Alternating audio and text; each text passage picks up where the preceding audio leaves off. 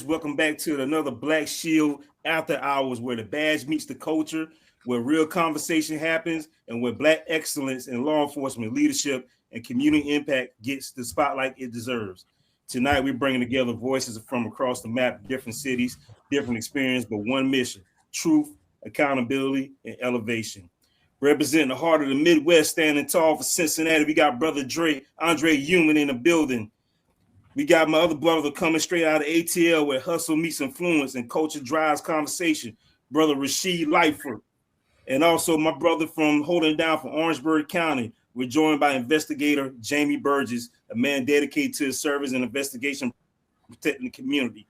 And tonight we bring law enforcement perspectives from real world experience from the front line.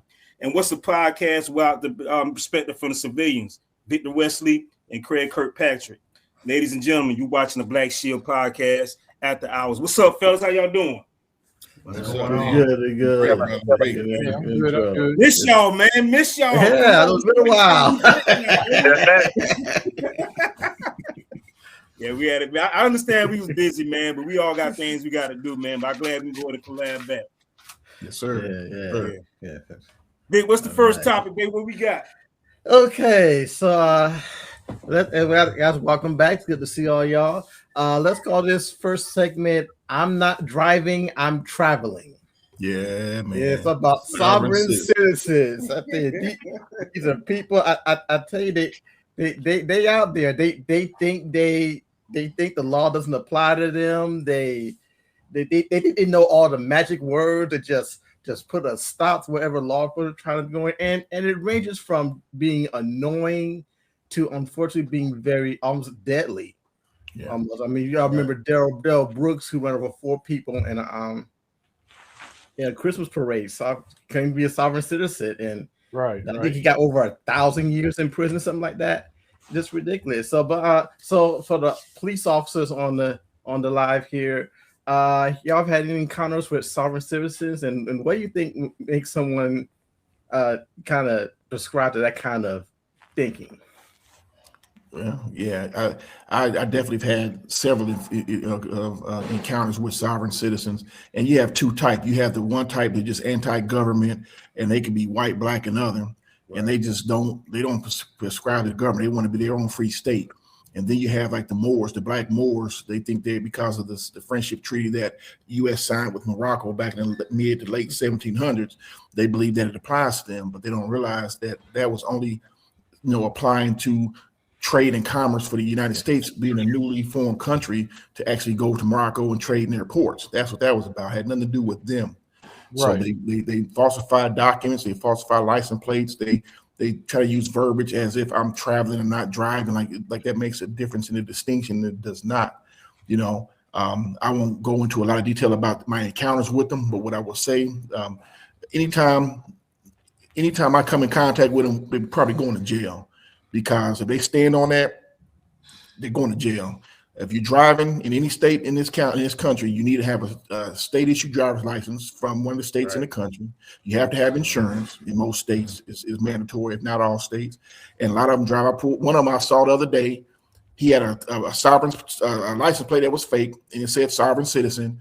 But I did like old boy did in that one bank. It was that bank heist movie where the Baltimore cop or the Boston cop was standing there looking. Them guys had them nun joints on with the mask and had the rifles. They looking at him, and he looked at them, and he just turned his head and like, I ain't got no time for it today, because I know where that's about to go. It's 5 minutes before my shift is over. I know he's going to jail. Like, there's no question he's going to jail, because that's how they throw a lot of facts. They throw you a lot of U.S. codes. Don't make sense. They don't have nothing to do with people at all. Some have to do with product and property, and they say they're not on a straw man and all that crazy stuff. And the law, these judges ain't hearing that. They giving boys time for that. So the majority of them are self-employed, correct? Yeah, a lot of them, and they conning folks. They stealing houses. They going in people's houses and falsifying deeds and getting power turned on. And they claiming sovereignty over that property, taking the property. They do all kind of stuff, and it hurts people. I mean, it really does. They're thinking that they're doing something to shame the government, but they're hurting people.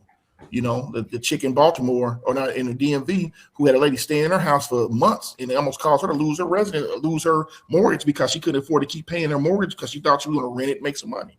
But the chick got in there and stayed for months.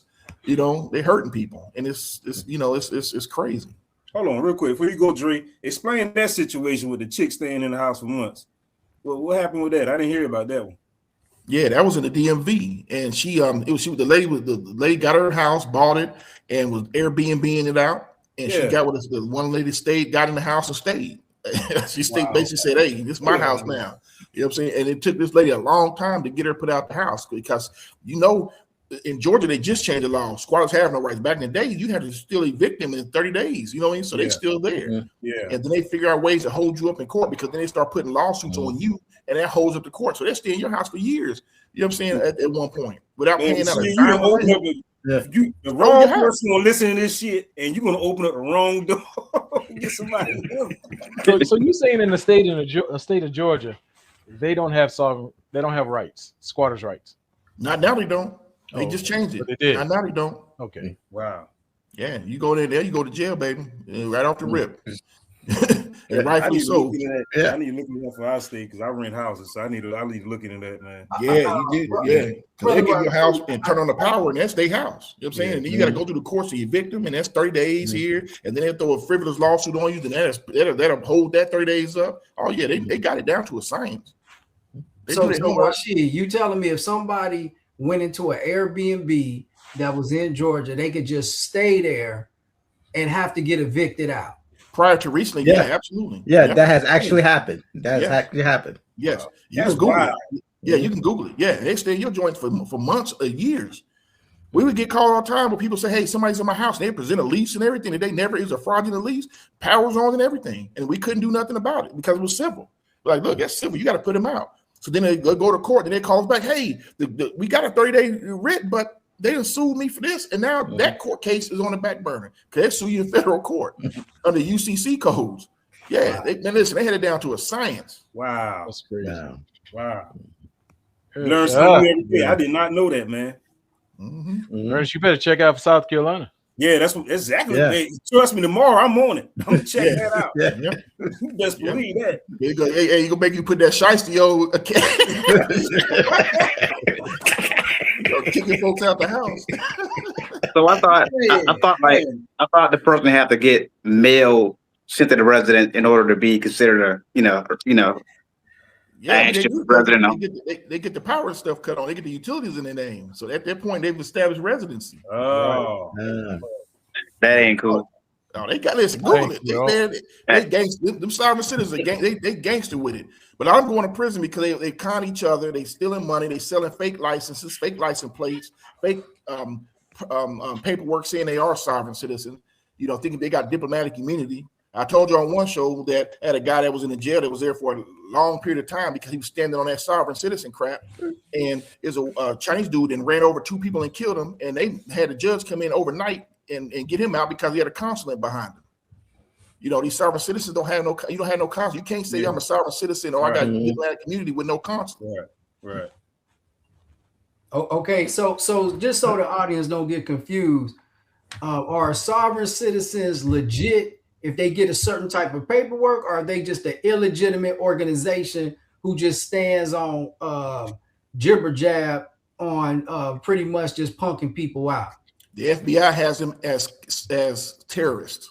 Okay. The FBI have them on the terrorist list. Yeah. Yeah. So what happens if police officers pull over a sovereign citizen? In your expertise, since you have obviously went up the ladder, what do you tell your troops that pull over sovereign citizens, and those police officers that are listening, how should they approach them? First of all, get you another unit in route. When you realize that that's what you're dealing with, get you somebody in route. Already let them know, hey, I'm dealing with a sovereign citizen, start me some units. Because it's going to go left because they're not going to provide information. They're not going to provide licenses. They're going to turn their phones on. They're going to film you. They're going to throw US code at you that don't have nothing to do with nothing. They're not going to give you an ID because they say they don't, and they're not going to answer no questions. Say, I don't prescribe. I'm under duress. They're going to say all that. Give me your supervisor. Now, in some jurisdictions and some agencies, you know, if a citizen asks for a supervisor, then you must provide that, right? But that doesn't stop the fact that you coming out that car, you're either going to get the citation or you come out the car and you're going to jail because you're going to answer to a judge one way or the other. So most times, 9 times out of 10, that's going left. And most times I've dealt with folks, they've had warrants. They don't want to give you their name. They don't want to talk to you, but they got warrants because they done this before and they refuse to go to court because they don't prescribe to the court. They sometimes talk to sheriffs more than they talk to city police because sheriffs are elected. So they figure they have more jurisdiction than a regular city police officer because they figure that, you're hired, you're appointed, not elected. So they kind of talk to you differently depending on your agency. However, when a police officer, you're dealing with a sovereign citizen and you realize you have that, don't hesitate with them. Don't play with them. Don't listen to all that. What you're doing as a police officer. You know your job. You know why you stopped them. You know what you need from them to comply to your stop and to get you on your way. And if they do anything less than that, don't play with them. Don't give them time to amp up. Don't give them time to think what they're going to do. Handle it quick. Get you some supervisors en route. And something right now it's the delicate time. Back in the day, we're just gonna break the window, snatch you out. Now they want to talk, and that's fine too. We'll negotiate with you to a point to get you out the vehicle. But at the end of the day, you come out the vehicle one way or the other. In the event you don't comply with the initial traffic stop.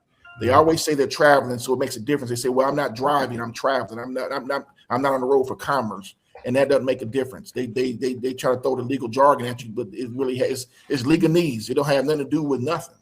And a lot of police officers don't know, and they get caught up in it, and they like listening and get taking paperwork and don't know what they're looking at. Don't take nothing. You know your job. You know what you're supposed to do. You know the law. Do what you're there to do. Don't let them play with you.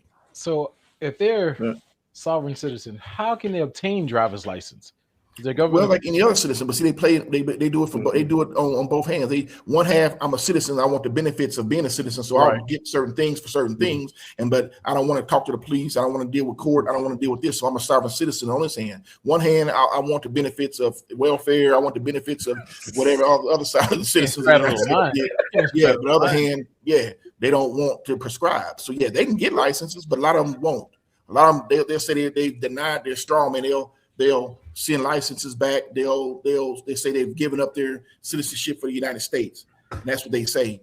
And a lot of them won't have driver's license. They sometimes present you another card, a traveling rights card or something like that to that effect. And it's all illegal. It's all fraudulent. Yo, I had one one time. I think he was just learning the sovereign citizen way because this old lady punked him. I did a traffic stop and he tried that mess with me when I asked for his license. And I don't know if his girlfriend, his wife, she said, "Man, if you don't cut that shit out and get that man your license." Wait, he had a license. So he's he had a license. He had a driver's license. Yeah. Because they just ain't trying to present him. Yeah. They just ain't trying to present him. They claim they don't want anything the government has to offer. Right. So a driver's license is a government official document. Right. Exactly. But I guarantee you, if the government say, "Hey, here's a $10,000 check, all you do need to do is sign it," they sign that motherfucker. But here's the thing: if I go to another country, the moment I set foot on that soil, I'm under that country's laws, whether I'm a citizen or not. Correct. So whether I denounce my citizen or not, I'm on U.S. soil. I'm still under U.S. law. And it looks like me, just like the stuff that it prolongs stuff you don't want. If you don't want to deal with the government, you don't want to deal with police officers, just not having a driver's license, just doing stuff wrong, that prolongs your interaction with them. That's literally the path of most resistance. And see, that's a smart man talking there. But these folks ain't that damn smart. They smart in some ways and dumb in others. Hey, Jamie, what you think about this subject, man? Well, fortunately, I never ran into a sovereign citizen. I mean, we don't have some before when I worked in Richland. We had some like rookies that watched a couple of YouTube videos and thought they were ready, but I never ran into a real one yet. I think I ran into that rookie when this old lady punked him out. Yeah. I mean, like, he started that mess, and I'm like, oh, here we go. Yeah. You know what I'm saying? Look, we ain't got time for that, boy. Get out the car. That's it. Don't even play with him. I'm telling you, don't play with him. Get him out the car. And they think because you call a supervisor, that stops the stop. It does not stop anything. It prolongs it. But I get him out the car, or if I give me some more units, because again, they're going to be armed. And even in Georgia, 3 sheriff's deputies, I think 2 of them might have died. No, 3 of them got shot. 1 city officer died. The 2 sheriffs survived. It was a sovereign citizen. They went to his house to serve a warrant, and he shot all 3 of them. I mean, they really don't have no respect for the law. They think that they are not, held accountable for what they do. And you can Google And that. I'm glad County about 4 or 5 years ago. Let's put it I'm out. glad you educated. Glad you educated other cops on how to handle the situation, because there are. If you look at law enforcement now, we got a whole lot of young officers, very young officers, interference, not taking that away from them, but a lot of officers are complacent. They expect every traffic stop to be the same until they get that one person to just throw them off their game. So I'm glad you actually pointed out to them and let them know actually how to handle that situation. Yeah, yeah. Don't take no paperwork. Don't listen to none of that. You know your job.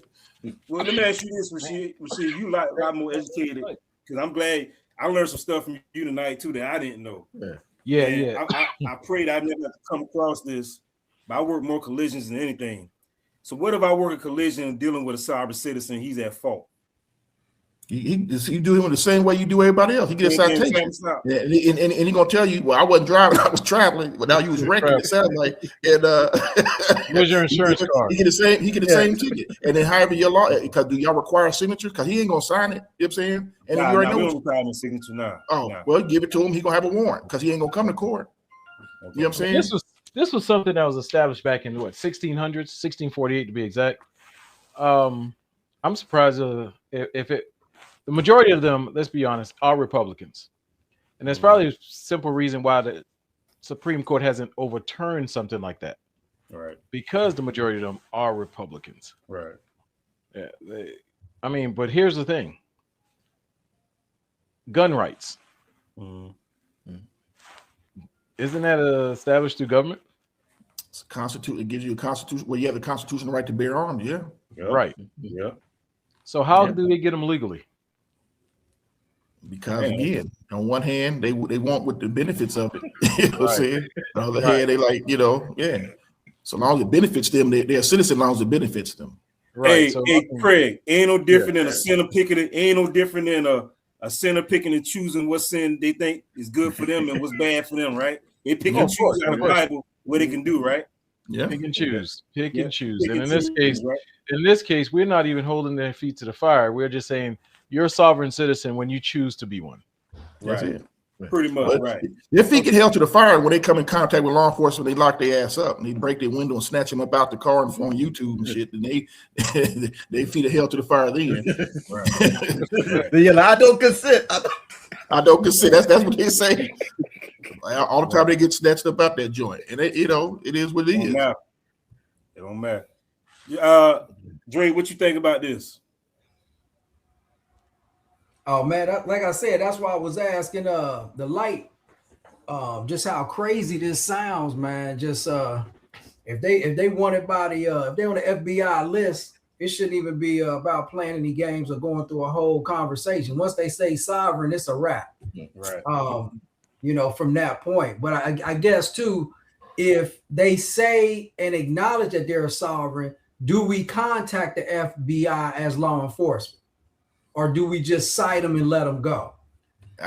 Depends on your role. Well, it depends on, I guess, what kind of situation you had, because I don't know how it is now. Back in the day, we used to make a report and then we can copy it, send a copy to whatever federal agency might be relevant, right? But remember, FBI gets all of your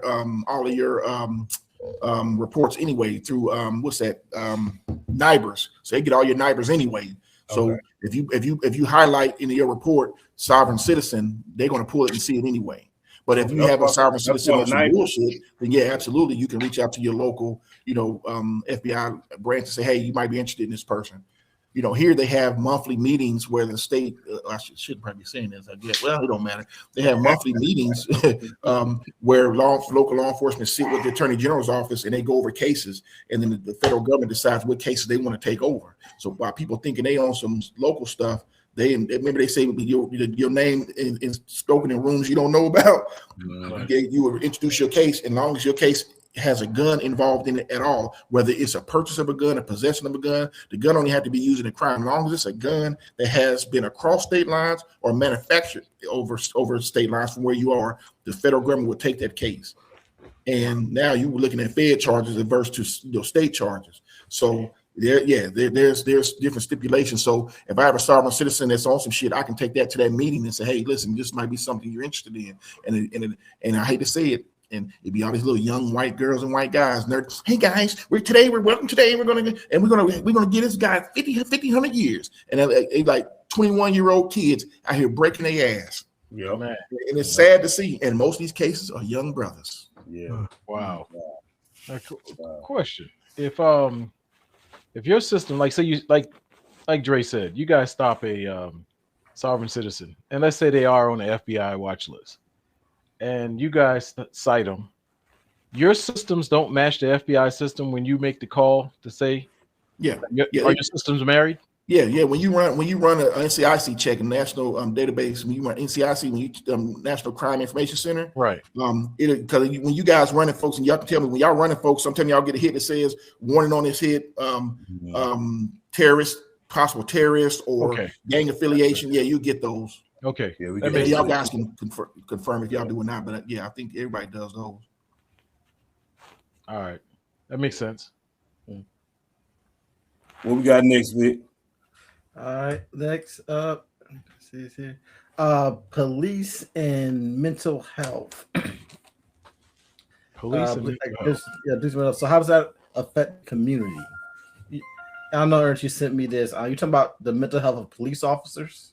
A police officer, yeah. Police and mental wholeness health and how it affect our community. Yeah. Brother Dre, this is one of your topics. What you think, brother? I mean, that's always going to be a super hot topic, because if you have a out of control police officer who doesn't have mental wholeness, then you're in trouble. I mean, we've embraced these words to just be well, and you have to understand that we have to be whole. And if you take everything in a holistic form, then you will master things a lot better than just saying I'd rather just be well. I gave a comparison, like, for people who like to compete and be in bodybuilding. I mean, you can't just have legs and no chest and arms. You can't have an upper body and no legs. I mean, when we talk about being wellness, what does that look like for some people? That you're taking medication, but your rest of your life is a hot mess, and you drink a lot of alcohol. You eat crazy, and you're doing a lot of things that's killing yourself slowly. So when we talk about police officers, man, trying to balance that, most of your day is negative. So if you're going out and 80-90% of your day is already negative, and then you have to come home and still navigate your family. I mean, police still have a super high rate of suicide.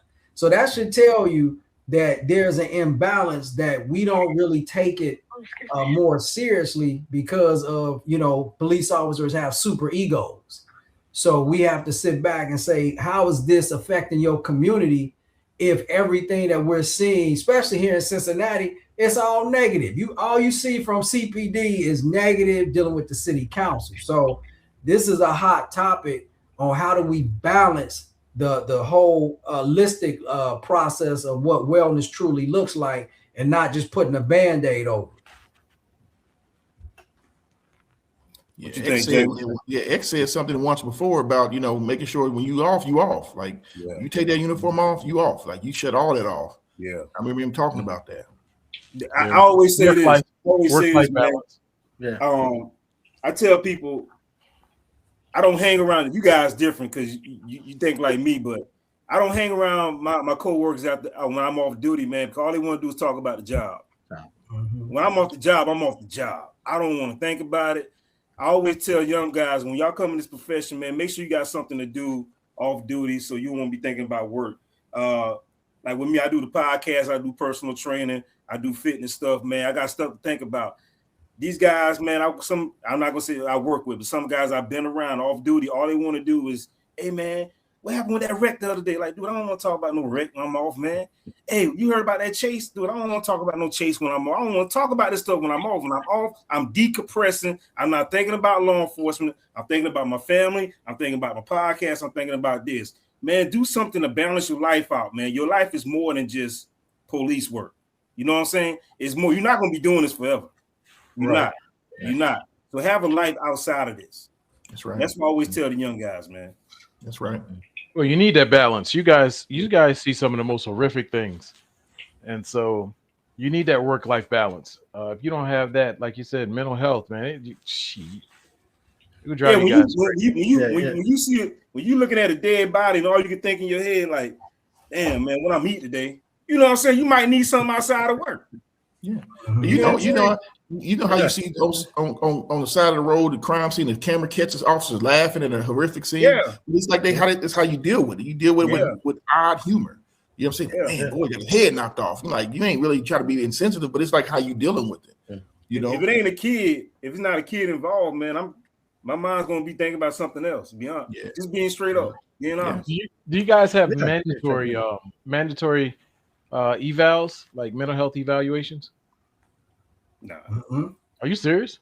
Just only in the beginning when you first come in. Yeah, that's it. Now, if you get in trouble, then maybe if you got some disciplinary issues, they may do that. You know what I'm saying? If you got like a bunch of stuff and you hit like a what they call like the red alert list or something like that, where you're doing too many use of forces, they might have you evaluated. But other than that, no, anything short of that, only when you first come in. Yeah. Right. And you're not the same person you was when you first came in. Yeah. So even after a year later, you're totally in a different mindset, even how you see the community. And I even said that they should do a eval every 3 months just to see where you are, how is life, what's going on as you're navigating situations. And officers need to what I call set up boundaries, like X was talking about, but set up boundaries to where here's policing and then here's my life though. But because most officers, they eat and drink policing 24/7.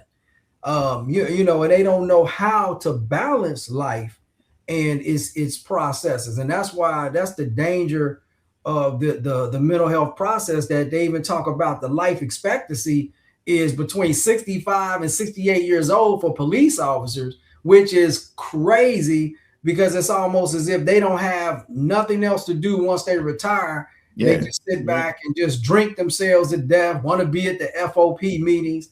And we have to set up standards for what does that look like? Because I believe every precinct should have a detox center, meaning that you just went through 100-mile-an-hour pursuit, chased down somebody with guns and a felon. And then after you process everything, you going back into the street? No. Let's you good, you okay? Go into the quiet room for a minute. Just meditate and just chill. Take a deep breath. And then come back out and regroup. And see, this is, we've had, like you say, Craig, many horrific situations where people going to see dead bodies. We just had on the news where some officers went and a young girl was mutilated by a pit bull. And they processed the scene, called homicide, and then go right back into their shift. Those officers should go home for the rest of the day. You just witnessed a horrific situation that you had to internalize. And so I always encourage people, the council, the chiefs, really take this seriously, because these are the people you a stop away from going off on somebody. Now, question, in your everyday life, being that your guys are doing this every day, in your everyday life, your family, outside of policing, do they ever think you become insensitive or desensitized, or your empathy has lessened? Yeah. Yep. And do you feel it? When you marry, me and my wife going. Yeah, you can sit back and be like, okay, I'm gonna eat a Big Mac while there's somebody that's laying there deceased. Yeah. And it's really, you get to a point where you witnessing these things, and you see it so much that you gotta find your balance. I'm not like certain key. You ever shot your in and out? Okay. Looks like we're back. Did everybody see that? Did we have a system glitch? Okay, yeah. Was that me or was that everybody? That was you. That was you. Okay. That was just me. Wow. Everything went black. It's about to storm. Mine did too for a little minute. Go ahead.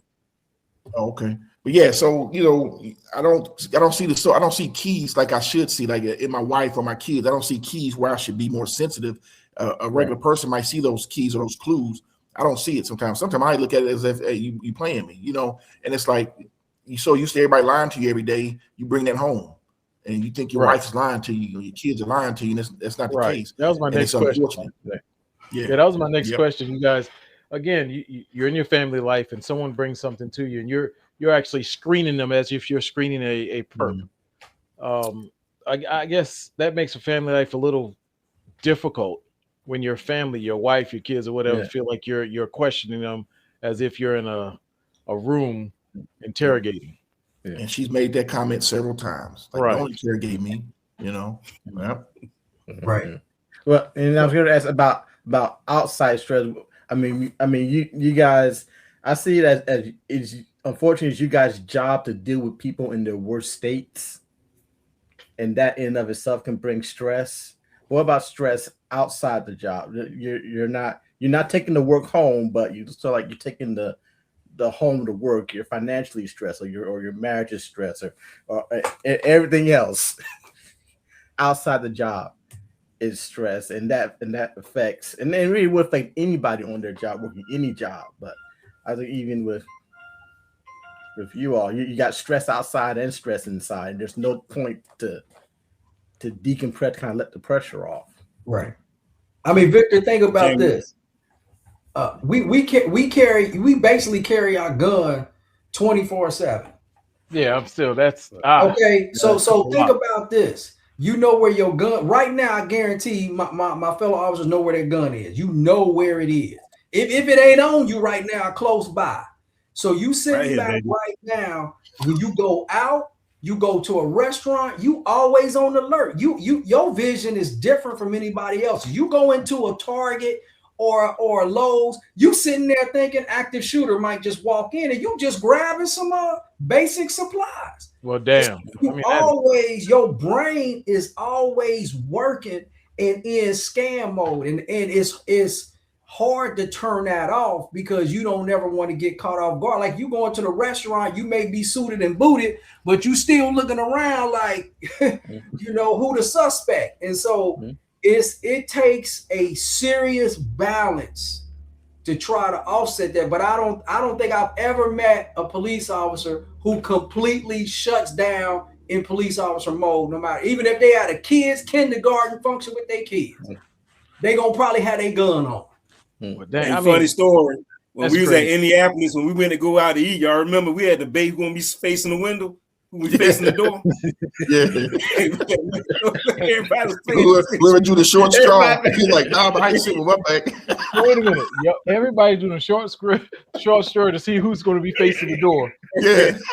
I go to a restaurant, and that's true. I go to a restaurant, I want my back to a wall, I want to know where the door at, and I'm scanning. Yeah, you guys do it at a different level.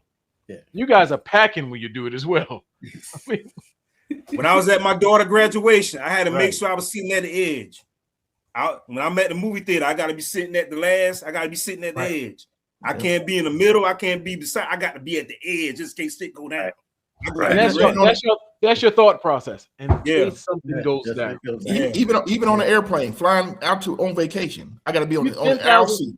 You 10,000 feet in the air, and you got to be on the aisle seat. Man, I'm watching for Al Qaeda, man. I'm telling you. If might jump up with some foolishness, I promise you're gonna be on CNN. You understand what I'm saying? You guys are on alert. You guys are on alert. Every hour that you're awake, whether it's a child's function, one of your kids' function, a friend's wedding, and anything, you guys are on alert consistently. Does that wear on you? Well, the average man is on alert. Think about it. You're on alert. You guys are on alert. Your average man is on alert 24/7. But enhance that 1,000 times. Exactly. Yeah. Jamie, what you think, man? You didn't get to say so. What you think about this, man? I agree with everything you gentlemen said. I would say like law enforcement is like a gift and a curse. Now it's a very rewarding career, but when we always in that red zone, we always on high alert. I don't care. Any one of us can quit law enforcement today.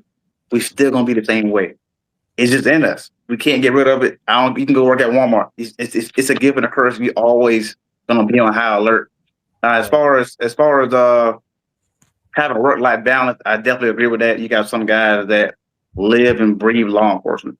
Nothing wrong with that, but at the same time, you got a family at home that depend on you as well. Right. You can't just just abandon your wife and kids while you just let's say you had a bad day at work. Can't bring that home. Right. Leave it at work. Leave it in the car. Leave it in your patrol car. Take care of your family. Spend time with your family and deal with it when you clock back in. Right. When I initially started the patrol, I was in FTO. I used to go out there and work wrecks all day and come home and finish my collision reports. So I'm spending 2 hours in the office doing work, and my kids upstairs like, your daddy down there 2 hours. I stopped doing it, man, because it burned myself out, whatever. And you taking away time from your family, whatever. So I focus mainly on that work-life balance, man, because a lot of us that join law enforcement get high blood pressure. You probably didn't even notice, man. Right. But my brother-in-law, when he retired, his blood pressure went down. This can be a very stressful career, man, but it's up to you. It's up to us as the individual on to how successful we'll be and how long we be in law enforcement. We got to just, think about what's more important. Absolutely. And I will say this too, and we talked about this last summer on the show. The divorce rate in law enforcement is extremely high because a lot of guys don't know how to say no to overtime and everything. Sometimes, say no to this overtime, man. Spend time with the wife and kids, man. You know what I'm saying? Because, hey, at the end of the day, when this job over with, your replacement is a phone call away, or something happened, you're a phone call away. You know what I'm saying? But your family can never get you back. So spend as much time as you can with your family, bro. Because guess what? If he's not, old Jody's right around the corner.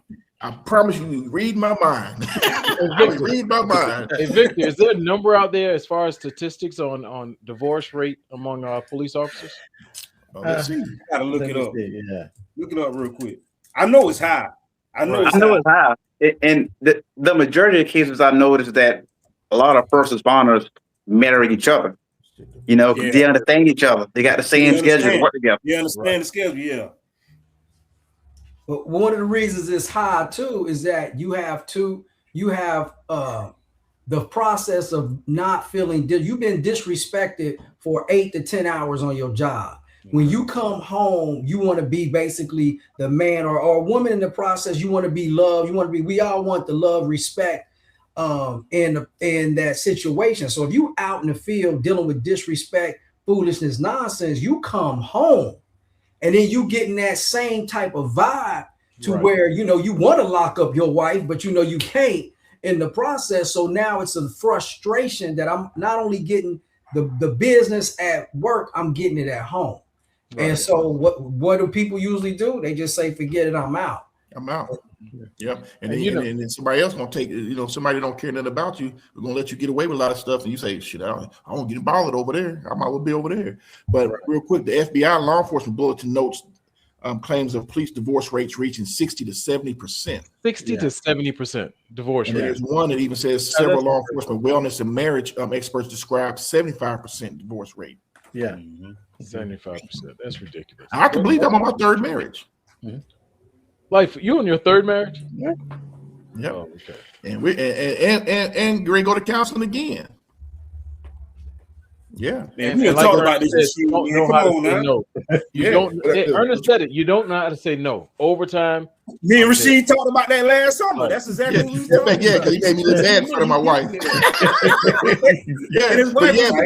You don't say no, and then you bring you bringing a job home. And see me, I was volunteering for everything. I was on 24-hour call for SWAT, for drone, for K9. I'm at home eating, and I got to jump up because I got a hot call. And my wife is human. She like when we got married, I wasn't a police officer. I had taken a break from law enforcement. So she had to adapt I didn't marry a cop. Like, what is this? So she had to adapt to that as well. And it wasn't really fair to her because I jumped right back into it without even really talking to her. I'm like, man, I miss it. I'm about to do it again. And that's what I did. And it was unfair to her. But yeah, man, not saying no, interrogating her when asking her questions and interrogating her like a criminal. She sees it and feels that. You were talking about earlier about the stresses, the outside stresses or the inside stresses that bring that you bring outside to your job. Like everybody else, every other human being, high-ass gas prices, high-ass grocery prices, sick relatives, things like that you deal with. Your badass kids, we deal with it too. So then imagine dealing with that and then kind of come and deal with your issues because we messing with you because you mad because your gas is high. You mad because you call the police because your children are acting an ass. So we dealing with our children and your children, so think about that. They call us to marriage counselor. I'm going to marriage counselor with my wife. I get a call to go to domestic to be a marriage counselor to them. I didn't go to school for that. That's nothing. Police officers go to school to learn to enforce the law, right? And enforce policy. We don't go to school for mental health. We don't go unless you're getting some other discipline, but you don't really go to school for mental health evaluations. You don't go to school to counsel marriages. Counsel y'all counselors as well. Yeah, you learn it. De-escalators. Yeah. So it's on the job training a lot of times. Yeah. It's deep you said that because I always told the police academy that they should have counseling for the spouses and even the families as they make the transition and make it open from the start.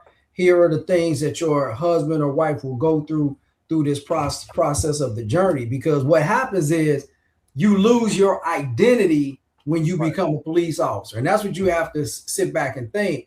Are you just a black man who's a police officer? Or are you an officer who's a black man? And so you have to really find out what is your identity outside the badge. And if you don't know that, then it don't matter who is with you.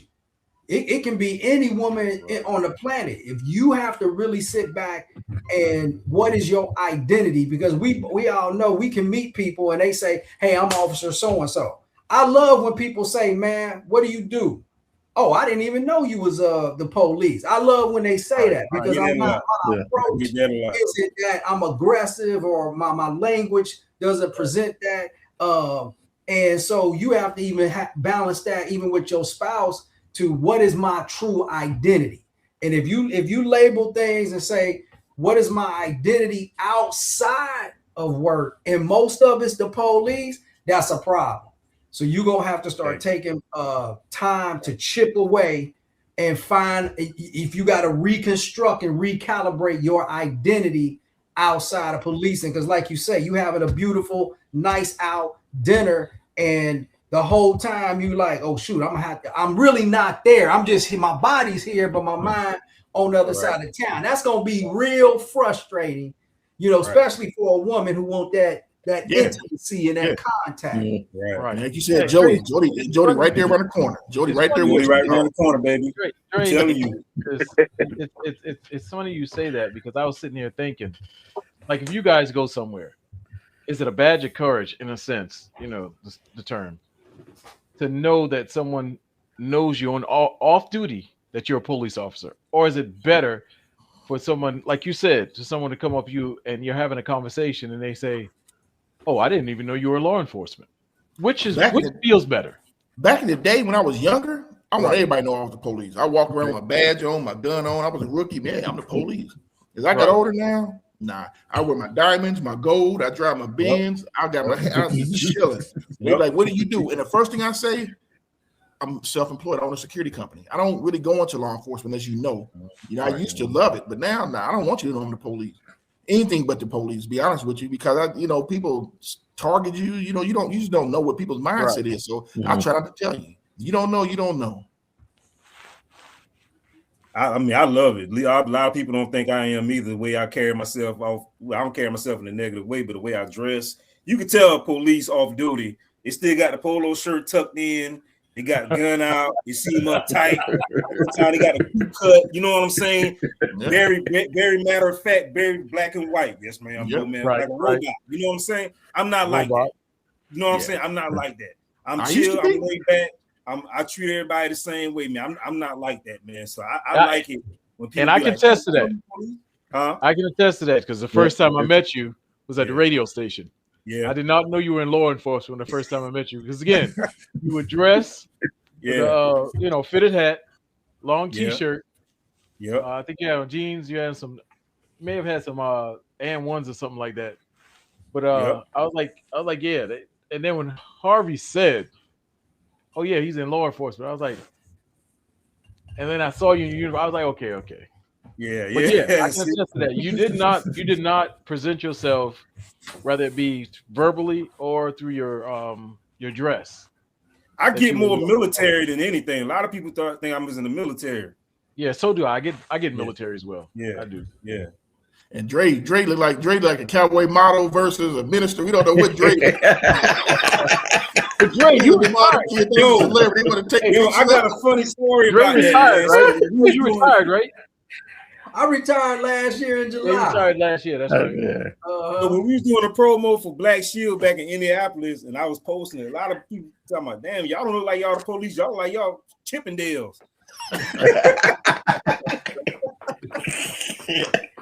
Hey, doesn't Dre look like he doesn't he look fresh? Doesn't he look refreshed? Yeah. For a year. Look at it. Hey, yeah, man. Every other word out of his mouth was Chief Fiji. Remember that?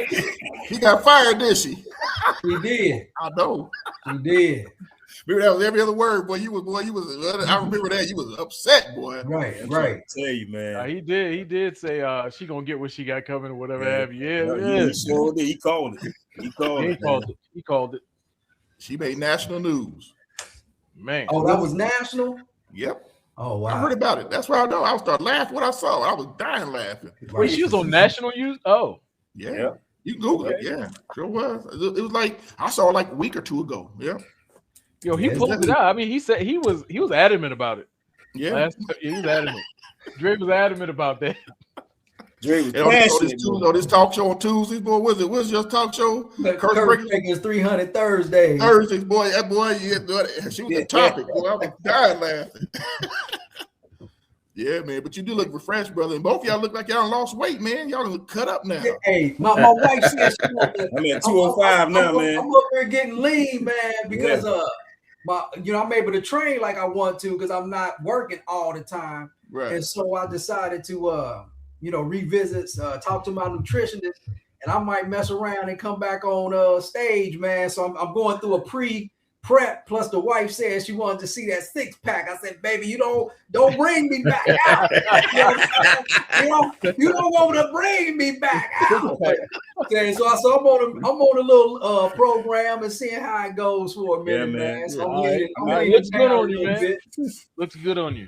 I'm at 205 right now, man. Just trying to lean out. It's summertime, man. I gotta walk around with the shirt off, man. You know how it is, man. Your neck is cut up. Your traps, y'all brothers, y'all motivation, man. Hey, Ernest, I'm at 220. 220. Yeah, I'm in there 4 or 5 times a week now. Let's go, baby. Let's get it. What we got next, Vic? It's the last one.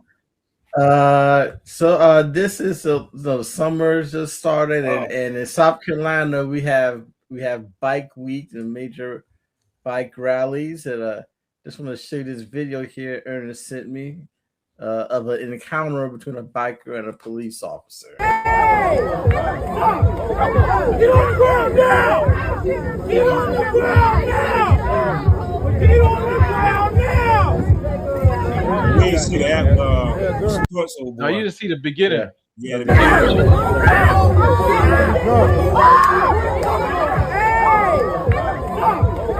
Get on the ground now! Get on the ground now!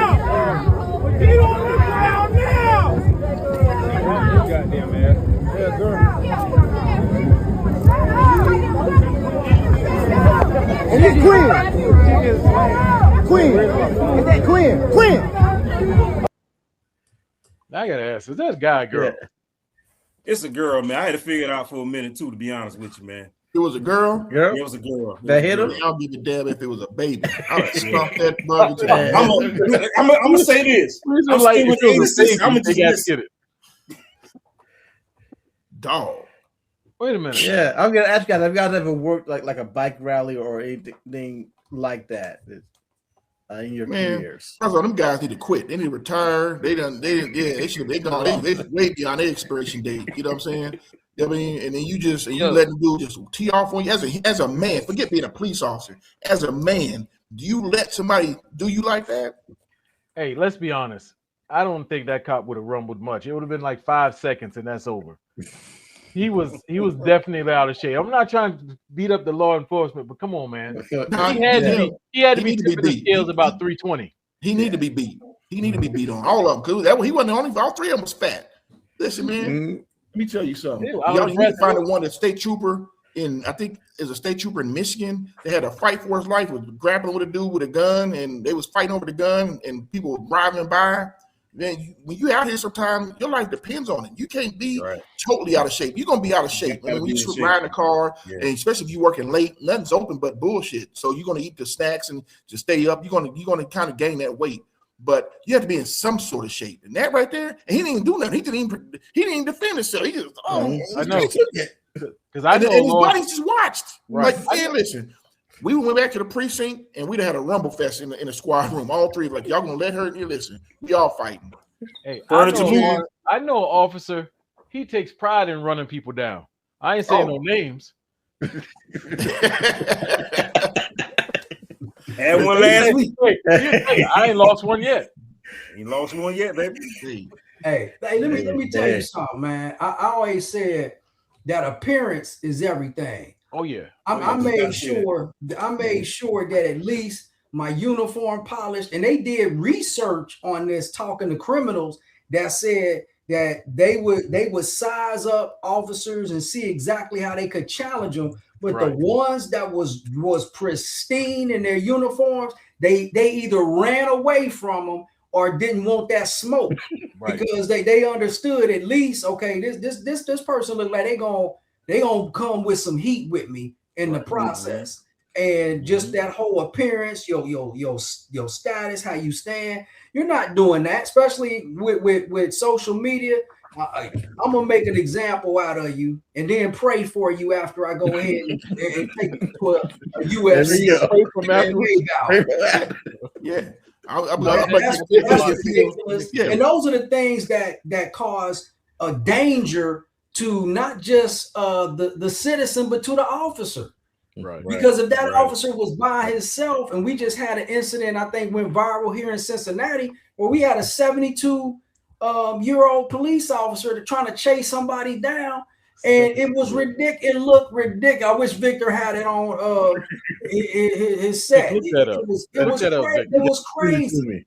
And he literally, if it was somebody that wanted to go toe to toe, the officer literally probably would have had to just pull out his firearm, but he couldn't challenge him at all. And this is where we got to be real careful just overall. But that's unacceptable in every aspect. Yeah. I don't know if I asked this question before, but hold on, Jamie, what you think about that video from the beach, man? I know you saw it. You sent it to me. Oh, you called me out. Yeah, so I definitely it was actually a big officer safety issue. I know we didn't see the whole video. We seen enough that was not good, but I will say I wouldn't allow anyone to get that close to me. I do believe in having that reactionary gap. Right. Even if I seen one of my brothers in blue being attacked, I couldn't stand there and watch it happen.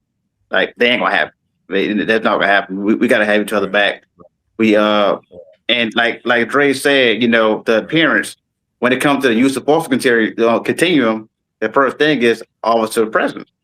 Now, if you don't look up to par, or you're looking slack and sloppy, then of course that person might try you and test you. Might feel like they can get over on you. I'm not saying that officer is slack or sloppy, but in general, if you don't carry yourself well and you look kind of soft, they're going to test you.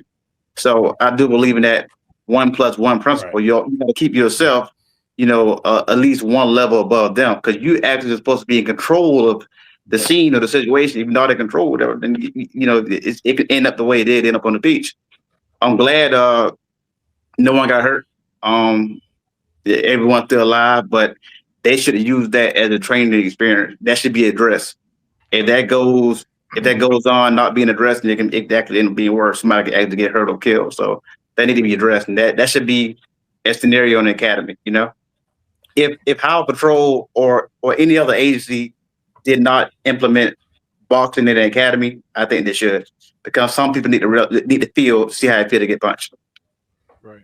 physical. Hey, X, I just my colleagues, I believe I just sent you that video. Let me see if you can get it and send it to Victor. Okay.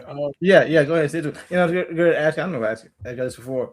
Do y'all think when a cop is severely out of shape that he's more likely to reach for, say, his gun or his pepper spray because he can't chase him down, he can't survive in the fight? So let me tase him, shoot him, spray him. Well, I'm in shape, and I've been in shape, but I'm gonna tase the shit out of you. I mean, I'm gonna use that because you know what I'm saying. It looks better for me to tase you than hound you out with these guns. You know what I'm saying? So I'm gonna tase you, and I don't like spray because I don't like it on me. But yeah, I mean that's the go-to. I mean, think about it. If you too tired and you realize, man, this dude is whipping me and I'm about to pass out, yeah, he gonna get that gun. He gonna shoot him. You know, you see plenty of video of that.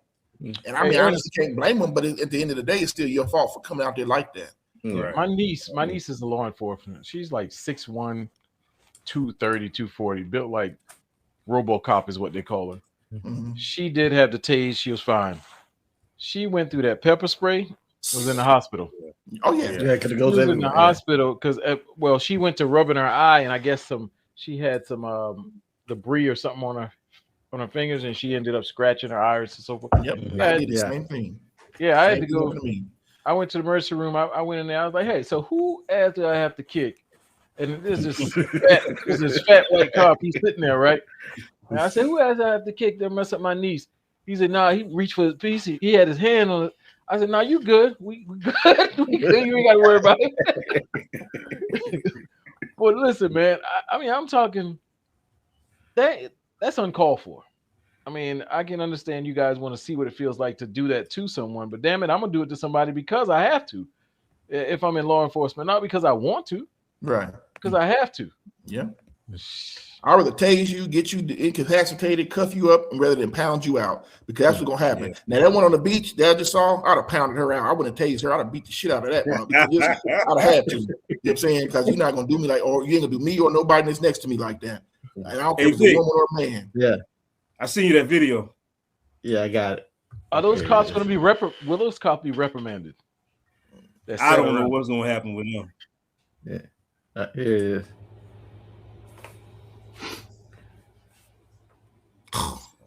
Well, he tried to take him to the ground. Yeah. Yeah, I think that guy got to retire, bro. Yeah. Well, he tried to take him to the ground to do an arm bar. We got to put that whistle out. Hey, Dre, how old is cat is? No, right. He's like 72 years old. He's 72 years old. Why is he still on the road? But I gotta give it to him though. I gotta give it to him. He got heart. He ain't gave up. You know. Yeah. He got heart, but he could have had a dead heart. Yeah, dude didn't want to hurt him. Dude didn't want to hurt him. Dude that's exactly it right there. Man, get back in your car. Man, it ain't like a desk job or something.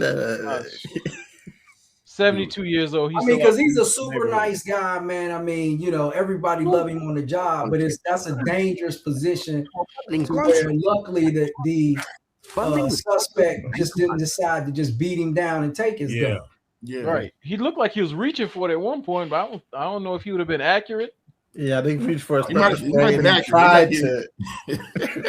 So, I mean, those are things that, you know, are we really trying to protect even our officers and do that full assessment? Even if they want to stay on the street, there still needs to be, are you a harm or threat even to yourself?